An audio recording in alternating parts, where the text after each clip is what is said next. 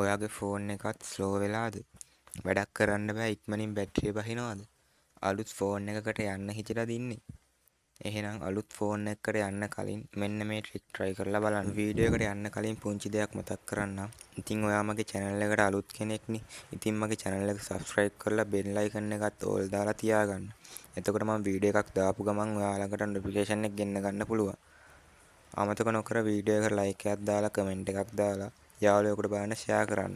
එහෙනම් වැඩි කතාවනේ නැහැ. අපි යමු වීඩියෝ එකට. ඉතින් ඔයාගේ ෆෝන් එක ස්ලෝ වෙන්නත්, ඉක්මනින් බැටරිය බහින්නත්, ෆෝන් එක ගින්දර වගේ රත් වෙන්නත් බලපාන හේතු තියෙනවා.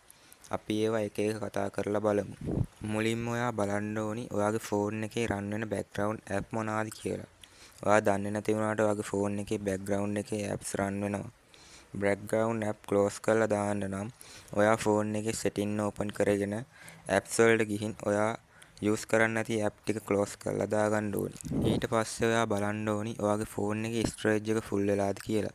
මොකද storage එක full වුණාම ඔයාගේ ෆෝන් එකේ කිසිම වැඩක් කරන්න බෑ. ෆෝන් එක හිර වෙනවා. ඊට පස්සේ ෆෝන් එකේ බැටරිය ඉක්මනට බහිනවා.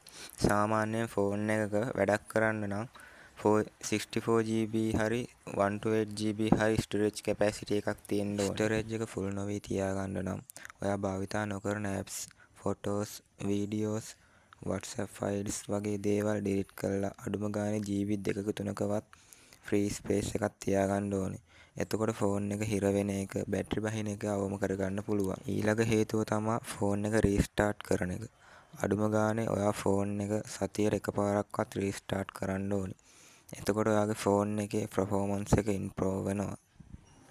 ඉතින් මෙන්න මේ tips ටික try කරලා බලන්න. එතකොට ඔයාගේ ෆෝන් එක slow වෙන එක, රත් වෙන එක, ඉක්මනින් බැටරි බහින එක නවත්ත ගන්න පුළුවන්.